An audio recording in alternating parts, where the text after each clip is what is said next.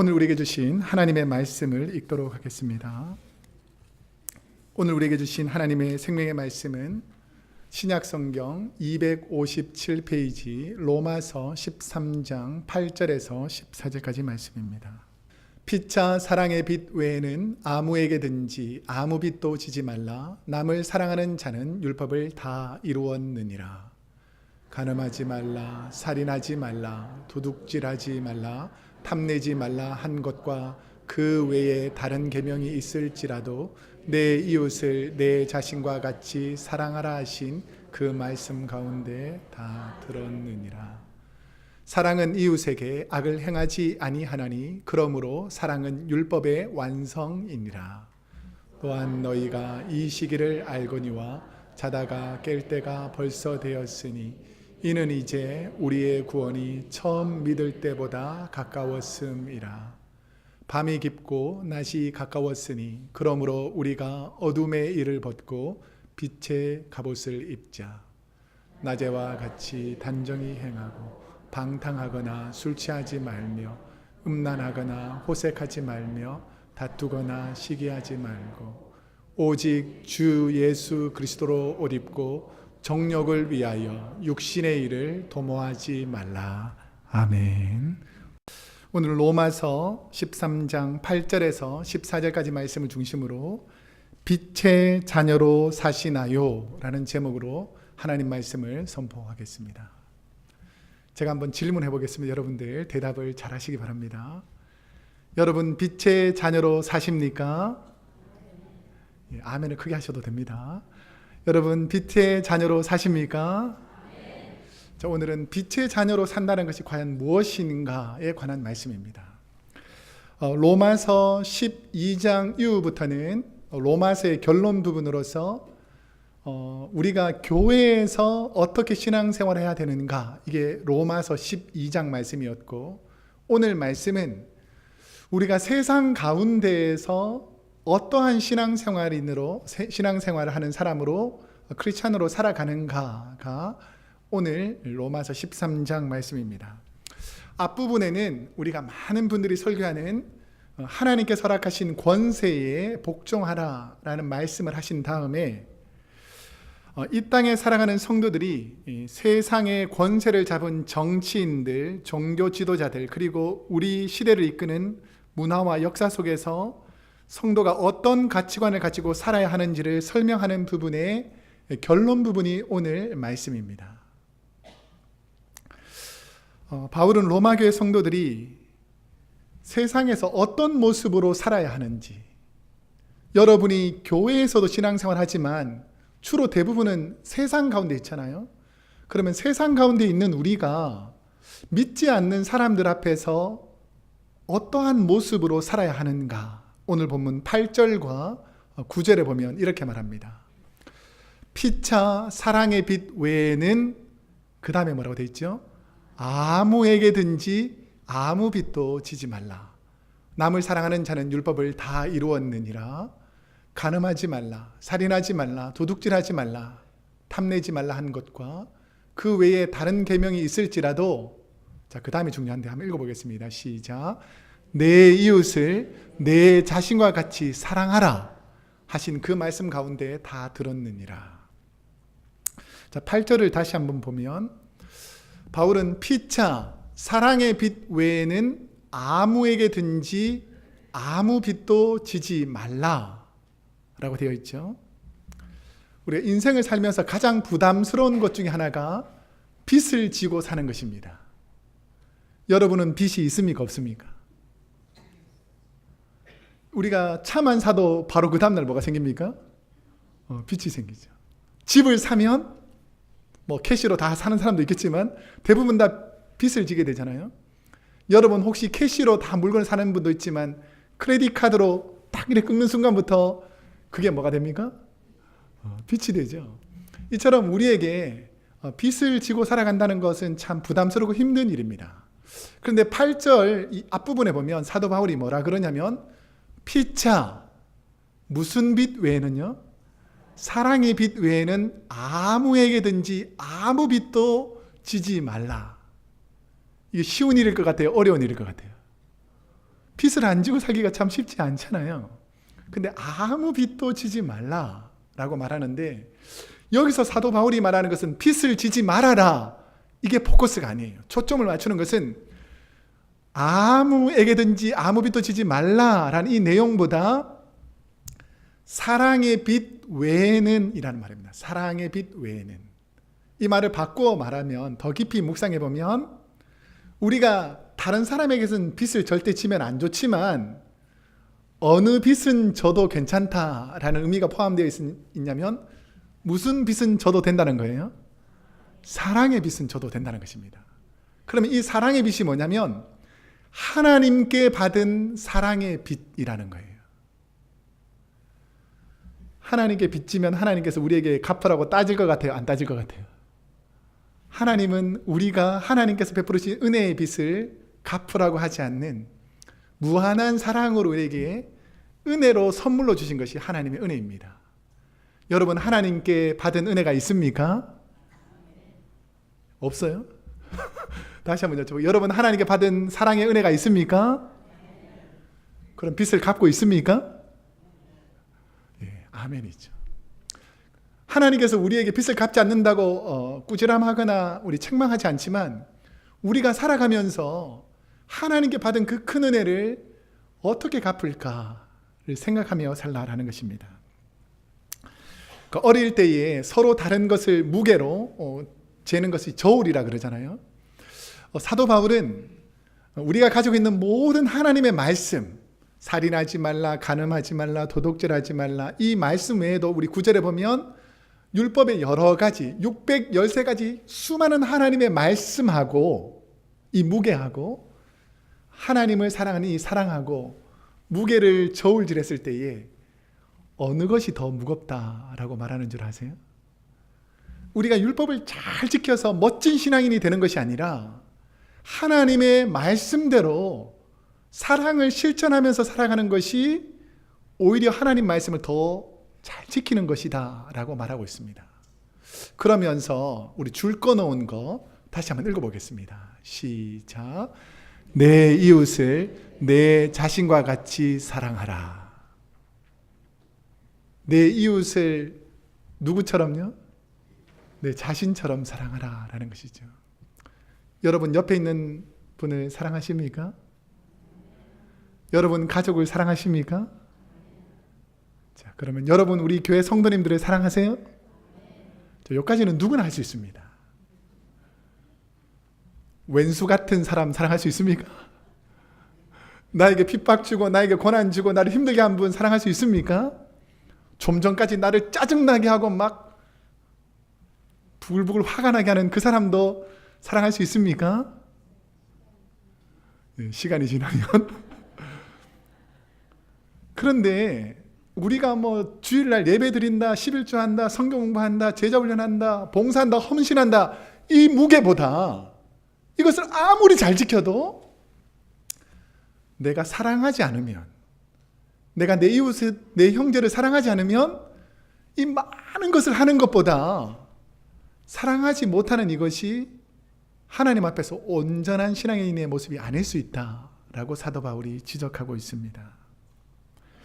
그러면 바울은 사랑하며 사는 사람은 어떠한 모습이어야 하는가를 10절에 보면 말씀합니다.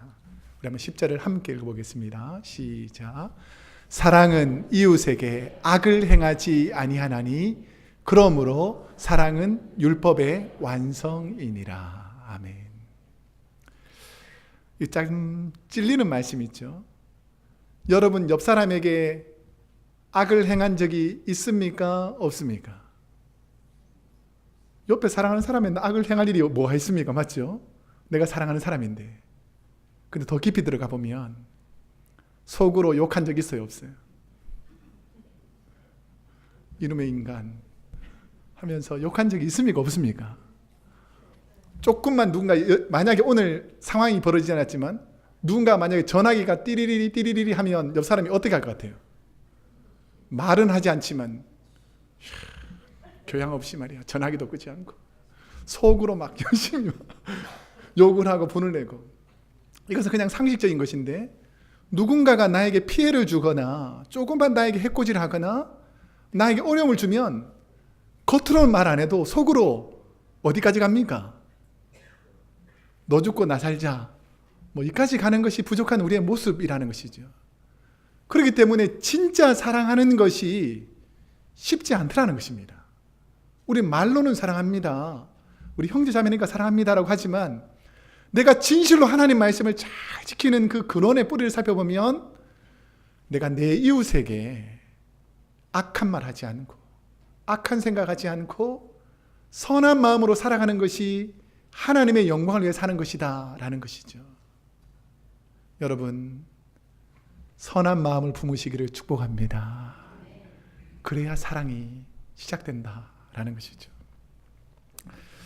그러면서 찔리는 말씀을 요한일서 4장 20절에서 21절 말씀에 보면 이렇게 말합니다. 여러분, 하나님 사랑하십니까? 안 사랑해요? 다시 한번 여러분, 하나님 사랑하십니까? 자, 그런 마음으로 한번 요한일서 4장 20절과 21절 한번 읽어보겠습니다. 시작. 누구든지 하나님을 사랑하노라 하고 그 형제를 미워하면 이는 거짓말하는 자니 보는 바 그 형제를 사랑하지 아니하는 자는 보지 못하는 바 하나님을 사랑할 수 없느니라.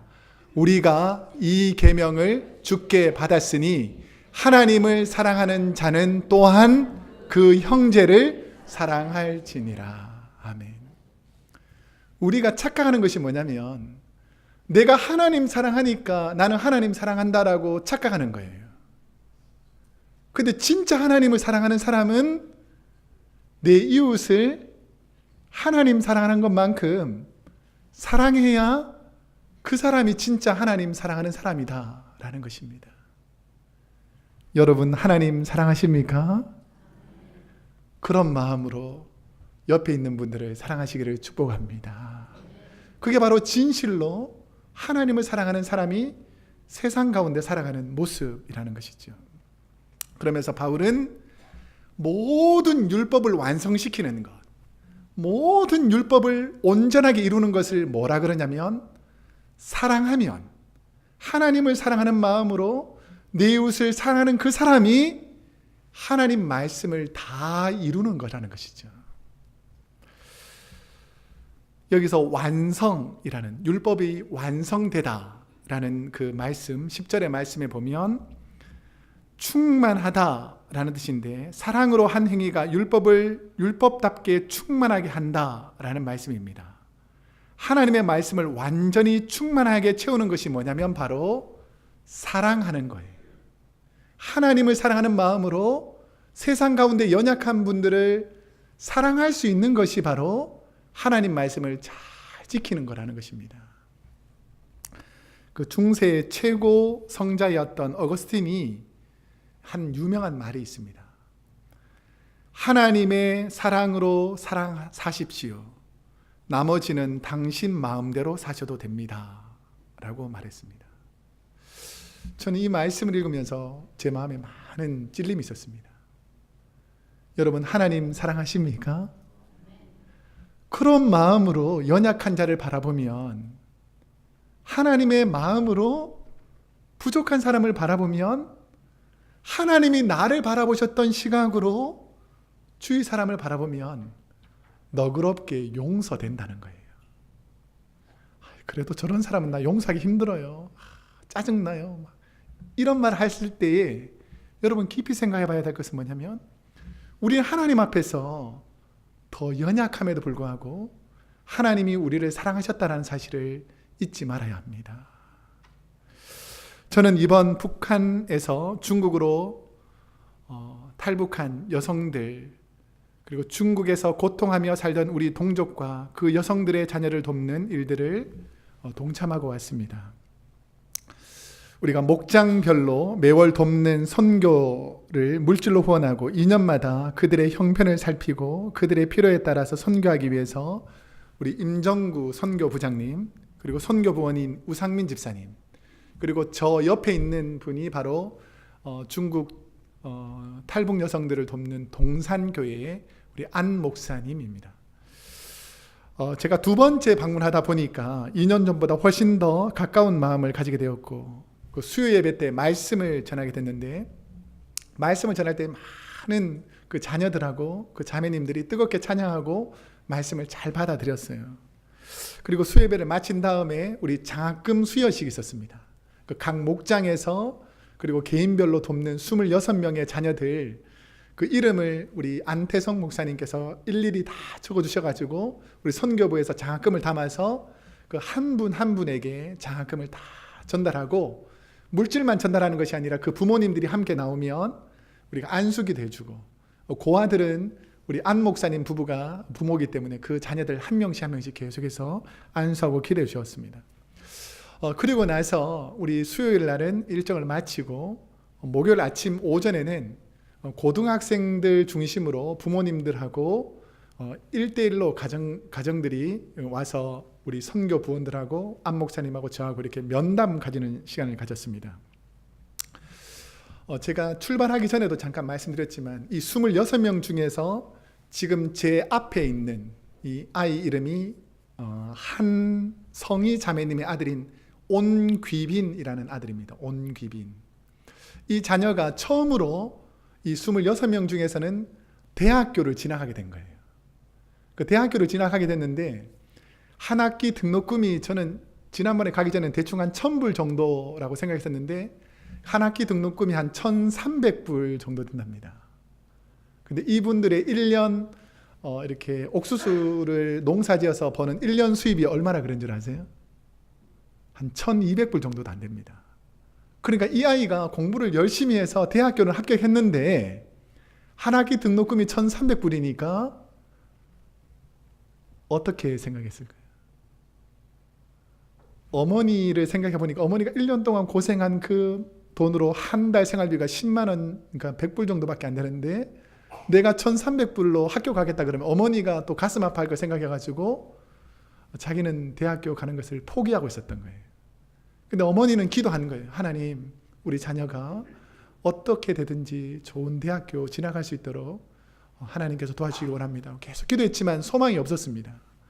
그런데 이 안 목사님이 어떻게 생각했냐면 26명의 자녀들이 지금 처음 대학교 가려고 지금 아이가 공부 열심히 해서 대학교를 합격을 했는데 이 아이가 만약에 대학교 진학을 못하게 되면 나머지 25명이 어떤 마음이겠어요? 나는 열심히 해봤자 무슨 소용 있냐?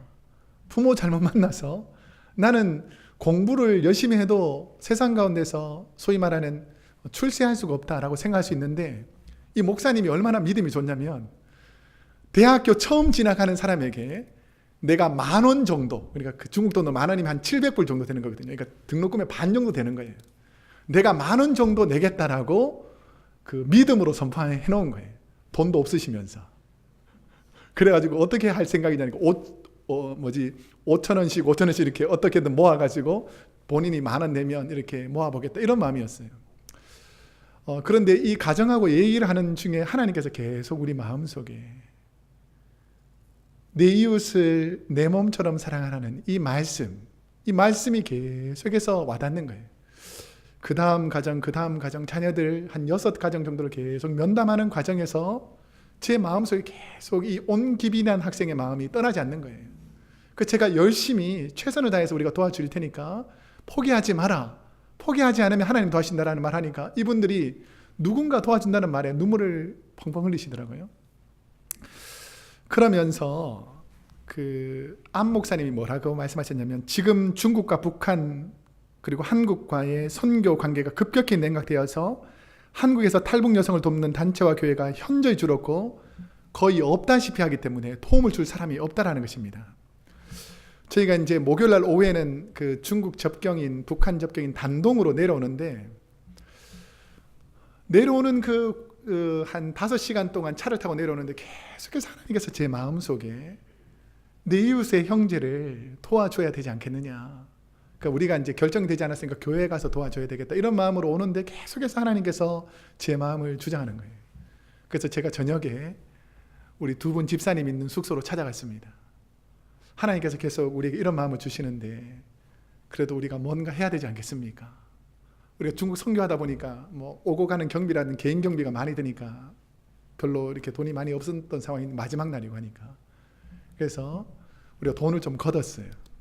그래서 우선 목사님이 내시고자 했던 그 부분을 먼저 우리가 정해가지고 1,300불 정도 되는 것에 반 정도, 한 700불 정도는 우리가 먼저 목사님에게 드려가지고 목사님이 이름으로 그 아이를 돕는 형식으로 하고, 나머지 한 700불 정도는 교회에 와서 선교부에서 얘기하면 하나님께서 안 채워주시겠냐 라는 마음으로 걱정하지 말라고 우리가 큰 소리를 치고 왔어요. 저는 분명히 채워줄 줄로 믿습니다. 그렇게 돌아오는데 그 목사님의 마음속이 뭐냐면, 본인이 10,000원이 없어가지고 쩔쩔매고 있는 그 상황에서 하나님께서 부족한 우리를 통해서 그분이 채워졌잖아요. 그 자녀가 이제 대학교를 진학해서 그 다음 아이들도 이제 계속해서 소망을 가질 수 있다는 그 한 가지만으로도 너무 감사하는 거예요. 여러분, 우리는 평화롭게 사는 이 순간에도 누군가는 어렵고 힘든 상황 속에서 하나님을 의지하면서 눈물 흘리는 그 이웃들, 형제들이 있다는 것을 사도 바울은 알라라고 말합니다. 그러면서 바울은 세상의 영적 싸움에서 어떤 자세를 가지라고 하는가? 오늘 본문 11절에서 12절에 보면, 또한 너희가 이 시기를 알거니와 자다가 깰 때가 벌써 되었으니 이는 이제 우리의 구원이 처음 믿을 때보다 가까웠음이라. 밤이 깊고 낮이 가까웠으니 그러므로 우리가 어둠의 일을 벗고, 그 다음에 뭐라고 되어 있죠? 빛의 갑옷을 입자라고 되어 있습니다. 다시 11절을 가보면, 자다가 깰 때가 되었다는 말을 바꿔 말하면 말세에는 잠들 수 있는 유혹이 많다라는 뜻이 포함되어 있습니다. 성도는 이 땅을 살아갈 때 위기의식을 가지고 날마다 우리를 넘어뜨리려고 하는 세력을 정신 차리고 성도의 거룩함을 유지하도록 노력해야 된다는 것입니다. 그 방법으로 어둠을 볼 수 있는 눈을 갖게 해달라고 기도하라는 것입니다. 여러분, 물질의 욕심이 여러분의 눈을 어둡게 만들지 않기를 축복합니다. 자다가 깰 때가 되었다라는 것은 뭐냐면 이제 어둠에서 더 이상 살지 말라는 거예요. 여러분, 하나님께서 여러분을 부르실 날이 점점 가까워지고 있습니다. 근데 나는 아직도 이 물질이라는 것에 어두워서 하나님의 뜻을 보지 못한다면, 여러분, 물질의 눈을 어두운 곳에서 바른 빛을 볼 수 있어야 된다는 것이죠. 어떤 분들은 내 정욕대로 사느라고, 내 욕심대로 사느라고, 내 교만한 마음대로 사느라고 어두운 가운데 사는데 어두움인 줄을 모르고 살아가는 사람들이 너무나 많다라는 것입니다. 그런데 어두움의 일을 벗고 빛의 갑옷을 입으라는 것입니다. 어두운 시대를 이기는 도구로 빛의 갑옷을 사도 바울은 말하는데, 성도는 어떠한 경우에도 평화로운 이미지인 빛이라는 것도 있지만 갑옷이라는 전쟁적인, 호전적인 것을 통해서 어두움에게 당하지 말고 빛으로 이겨나가야 된다라는 것을 말하고 있다는 것이죠. 예수님께서도 어둠과 빛처럼 서로 상반되는 것을 강조하면서 우리가 성도가 신앙생활하면서 이 땅에서 어떻게 살아야 되는지를 마태복음 10장 16절에서 이렇게 말합니다. 너희는 뱀같이 지혜롭고 비둘기같이 순결해라 라고 말합니다. 성도의 삶은 때로는 뱀처럼 지혜로운 마음도 있어야 되고, 때로는 순결하고 온유한 주님의 마음이 있어야 된다는 것이죠. 저희가 중국에서 사역하시는 이 안 목사님 부부, 이 부부는 조선족입니다. 조선족. 그러니까 중국 시민권, 그러니까 중국 사람인데 뿌리는 조선족인 거예요. 그래서 이분들은 조선족 초등학교, 중학교, 고등학교, 대학교, 신학교까지 다 졸업하면서 조선어를, 그러니까 한국어를 완전히 구사하면서 민족의 뿌리를 가지고 있고 또 중국말도 아주 잘하는 이런 분들이에요. 이분들이 중국에서 사역하면 엄청난 성도들을 끌어들일 수 있음에도 불구하고 이분들은 그걸 다 포기하고 같은 민족 중에서 어려운 탈북한 여성들만 사역하기 위해서 10여 년 넘게 계속해서 이 탈북자 사역들을 하고 있습니다. 성도도 그다지 많지 않는 이 연약한 사역을 계속하는데 어떤 일이 벌어졌냐면, 몇 년 전에 안 목사님 부부가 중국 공안, 그러니까 현지 경찰에게 체포되어서 탈북 여성들을 돕는다고 경찰에게 끌려가서 신문을 받게 됐습니다. 고문을 당하게 됐어요. 목사님은 결박되어서 심하게 구타를 당하거나 아니면 계속해서 고문을 당하는, 며칠 밤을 새우지 않고 계속해서 때리고 고문을 당합니다. 사모님도 끌려가서 뺨을 너무 세게 맞아가지고 한쪽 귀가 들리지 않고 한쪽 눈이 거의 실명하다시피 해서 보이지 않는다는 거예요.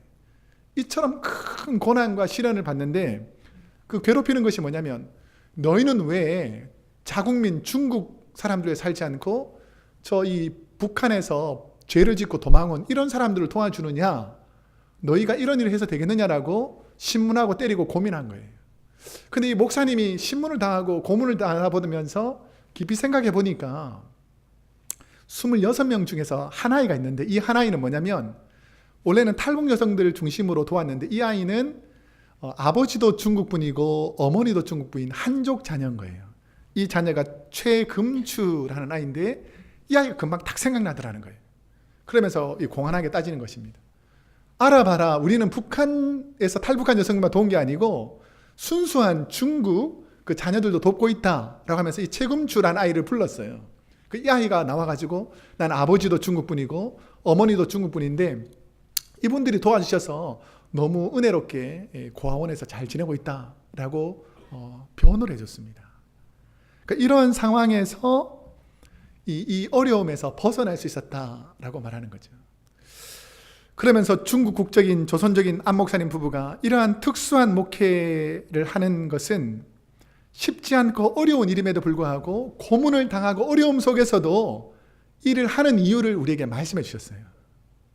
지금 북한에서 어려움 때문에 한 10여 년 전에 고난의 행군 이 시기에 탈북한 사람들이 여성들을 중심으로 13만 명 정도 된답니다. 13만 명. 그 13명 중에서 대부분 다 중국 그 남성들과 결혼해서 그 자녀를 낳게 됐는데 이 자녀들은 다 중국 국적을 가지고 있어요. 그러니까 이 사람들이 유일하게 북한에 들어가서 사업도 할 수 있고 복음을 전할 수 있는 그런 중요한 계기를 가지고 있는 사람들이 이 자녀라는 거예요.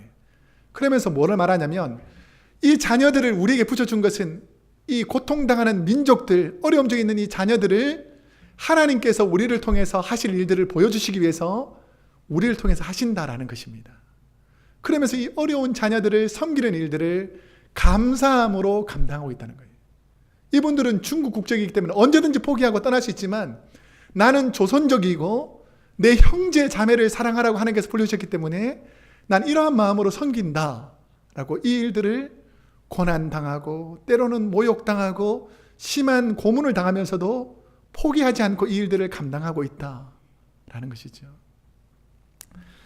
성화의 과정을 겪는 성도가 세상 가운데서 어떤 유혹에서 벗어나야 하는가? 오늘 본문 13절에서 14절에 보니까 낮에와 같이 단정히 행하고 방탕하거나 술 취하지 말며 음란하거나 호색하지 말며 다투거나 시기하지 말고 오직 주 예수 그리스도로 옷 입고 정욕을 위하여 육신의 일을 도모하지 말라라고 말합니다. 우리 13절 말씀에 보면 바울은 낮에와 같이 뭐라고 되어 있습니까? 단정히 행하고. 이게 겉모습만 단정히 행하라는 것이 아니라 내 속사람이 단정한가를 늘 점검하라는 거예요. 내 마음속에는 욕심과 시기와 질투와 더러운 죄악들이 가득 차 있으면서 겉모습만 율법적으로 잘 지키는 것이 온전한 신앙인이 아니라는 것입니다. 비록 외모는 초라하고 부족하다 할지라도 내 마음의 내면이 단정함을 유지해야 된다는 것이죠. 근데 우리 마음속에는 사도 바울이 6가지 악한 것이 계속해서 우리 마음을 지배한다는 것입니다. 그것이 뭐냐면 방탕과 술 취함과 음란과 호색과 쟁투와 시기라는 것입니다. 당시 로마 시대에는 술과 파티 문화가 있었고 그 파티와 우상 숭배는 항상 문란한 성적인 타락과 죄 요소들이 당시 로마교회 성도들의 말과 행동에 영향을 미치고 있었습니다. 결국 이러한 죄는 시기와 질투로 번져서 성도들 간의 분쟁과 다툼을 일으켰습니다. 자, 낮에와 같이 단정하지 못하고 내 마음속에 미움과 시기와 음란함과 호색함 이런 것들을 시기하고 질투하게 하는 그 근원의 뿌리가 무엇인가? 이것을 알지 못하면 우리가 어두움에 있는데 어둠에 있는지 모를 수 있다는 것입니다. 그러면 우리를 단정하지 못하게 하는 그 근원의 뿌리가 무엇인가? 야고보서 3장 14절에서는 이렇게 말합니다. 한번 읽어보겠습니다. 시작. 시기와 다툼은 위로부터 내려오는 것이 아니요 세상적이요 정욕적이요 마귀적이라. 우리가 누구를 시기하고 다투는 내 마음속에 단정하지 못한 이 악한 마음이 하나님으로부터 내려오는 것이 아니라 첫 번째는 뭐라고요? 세상적이라는 거예요. 세상 사람들 한번 자세히 보세요. 많이 가진 것을 자랑하고 남이 가진 것을 빼앗으려고 하고 시기하고 질투하는 것이 바로 세상적인 마음이라는 것이에요. 하나님이 우리에게 주신 마음이 아니라는 거예요. 그 다음에는 또 어떤 마음이라고요? 정욕적이라는 거예요. 내 욕구대로 움직이는 것입니다. 배고프면 우리가 밥을 먹는 것처럼 내가 욕구를 충족하기 위해서 성적인 더러운 죄악들을 막 행한다는 것입니다. 근데 이 세상적이고 정욕적인 것의 뿌리를 살펴보니까 그 뿌리에 누가 있다고요? 마귀가 있다는 것입니다. 단정하지 못하고 하나님의 뜻대로 사는 것을 방해하는 것이 다 마귀라는 것입니다. 이번 선교를 마치고 돌아올 때에 그 탈북 여성 중에서 한때 너무 괴롭고 힘들어서 농약을 먹고 죽으려고 생각해서 위세척 후에 겨우 살아나 동산교회를 만나고 저희 크로스웨이 교회를 통해서 회복된 강복승이라는 우리 자매님이 있습니다. 우리 그림에서 보면 가운데 줄, 제 윗줄, 오른쪽 제일 끝에 있는 노란 옷을 입은 이 자매님입니다. 외모로 보셔도 아시겠지만 너무 왜소하고 작습니다. 근데 이분이 죽음의 위치까지 갔다는 것은 뭐냐면 세상을 다 포기했다는 거예요. 그런데 이제 농약을 먹고 죽으려고 위세척하고 있는 그 병원에 안 목사님이 찾아오신 거예요. 그러면서 교회를 소개하고 새로운 삶을 시작됐습니다. 그래서 이분이 지금은 교회 재정 집사를 하실 정도로 열심히 봉사하고 있어요. 그래서 우리가 사랑으로 섬기고 이런 것들을 감사해서 제가 돌아오는 날에 편지를 썼더라고요. 그래서 제가 학생 대표로 한 명이 편지를 썼고 이 어른 자매 대표로 이 강복승이라는 자매님이 편지를 썼는데 제가 그 편지를 읽고 나서 저도 일일이 다 이렇게 한 분 한 분에게 편지를 써서 그 장학금을 전달해 드렸어요. 근데 이분이 쓴 편지 내용을 제가 잠깐 한번 읽어드리고 학생이 쓴 편지는 제가 우리 선교부 모임할 때 제가 읽어드리도록 하겠습니다. 우리 교회 이름이 뭐죠? 크로스웨이 교회잖아요. 그러니까 그분들은 영어를 잘 몰라가지고 크로스웨이 교회 하면 무슨 뜻인지 잘 몰라가지고 목사님이 그 안 목사님이 그분들에게 알려줬어요. 쉽게 이해하도록. 그래서 십자가의 길 교회입니다. 우리 교회 이름이. 중국에서는 뭐라고요? 십자가의 길 교회. 우리 교회 이름이 약간 바뀌었어요. 제가 읽어드릴 테니까. 십자가의 길을 하면 우리 교회예요. 십자가의 길 교회의 목사님을 비롯한 모든 성도님들께 감사드립니다. 하나님의 은혜가 있기에 교회가 있기에 오늘 이 자리에 가 있음을 고백합니다. 며칠만 있으면 개학인데 경제가 너무 어려워서 하나님 욕심이고 양심 없는 말인 줄 알지만 공부할 학비가 필요합니다. 고 기도했습니다. 하지만 내 가정보다 더 어려운 곳이 있다면 그쪽으로 돌려달라고 울면서 기도했습니다. 주일날 목사님이 갑자기 이야기를 하셨는데 귀한 분들이 우리 아이들에게 장학금을 전달하려고 오신다는 소식을 듣고 울컥 눈물이 나왔습니다. 기도를 들어주신 아버지께 감사하고 십자가의 길 교회의 모든 분들께 너무 감사했습니다. 우리 자매님들과 자녀들을 위해서 계속 기도하시고 경제로 도와주신다는 소식을 듣고 또 너무 감사했습니다. 제가 우리가 목장별로 기도하고 있다고 그랬거든요. 솔직히 그 누군가들이 우리들과 아이들을 놓고 기도한다는 그 자체가 너무 좋았습니다. 아버지가 아니면 버틸 수 없고 살아갈 욕망조차 없는 우리입니다. 교회에 나오면 목사님과 사모님의 이야기를 듣고 하면 마음에 맺혔던 것이 풀리는 기분입니다. 제가 우리 교회 기도 부탁도 했거든요. 저도 성령 충만한 교회, 모든 성도님들이 다 선교할 수 있는 교회가 되게 해달라고 우리 교회를 위해서 기도하겠습니다. 그리고 우리 안 목사님과 사모님에게 기도의 동력자 함께 일할 수 있는 동력자를 붙여달라고 기도 부탁드립니다. 다시 한번 십자가의 길 교회 모든 분들께 감사드립니다. 이 땅에 사는 우리는 너무나 좋은 환경에 살고 있기 때문에 우리가 살아가는 그 자체가 얼마나 귀하고 감사한지 모르지만, 어떤 분들은 9월에 학기가 개학되는데 12월쯤 돼야지, 10월, 11월쯤 돼야지 이제 주수를 하기 때문에 그 기간 동안엔 돈이 없으니까 아이를 학교에 보내야 되는데 어떻게 살아갈까 막막하고 힘들어서 하나님 외에는 의지할 분이 없어서 눈물로 기도하고 있었는데, 갑자기 하나님께서 우리 교회 우리 목회자 그리고 선교부장님 보내주신 것이 그분들에게는 큰 기도 응답인 거예요. 그러면서 우리에게 감사하는 편지를 쓰고 있는 것입니다. 제가 가장 많이 찔렸던 건 뭐냐면, 누군가 우리같이 못난 사람을 위해서도 기도하고 있다는 것이 얼마나 큰 힘이 되고 있는지 모른다라는 내용이었습니다. 이제 말씀을 맺겠습니다. 저는 우리 크로스웨이 교회가 주님의 몸인 교회 중심, 주님의 지상명령을 이루는 제자 교육을 통한 선교 중심적인 교회로, 그리고 하나님의 은혜를 잊지 않고 받은 은혜를 어떻게 갚을까 생각하는 성도님들이 많음이 너무나 감사하고 자랑스러웠습니다. 저는 우리 교회를 대표해서 이번 중국 탈북 여성과 그 자녀를 돕는 선교 현장을 다니면서 우리 크로스웨이 교회가 얼마나 하나님의 기쁨이 되는지를 보게 되어 감사하게 되었습니다. 빛의 자녀로 사시다, 천국에서 칭찬 듣는 저와 여러분이 되시기를 축복합니다. 우리 한번 이 시간 한번 합심해서 기도할 텐데요. 지금도 소망 없는 그분들에게는 우리 크로스웨이 교회 목장 한 목장이 그 자녀를 돕는 것이 큰 소망이 되고, 우리가 돕는 그 소정의 장학금이 그 학생들의 미래를 바꾸는 큰 힘이 됩니다. 오늘 우리에게 필요한 이 많은 것이 필요하지만 하나님의 일을 하면 하나님께서 더 큰 복을 주실 것입니다.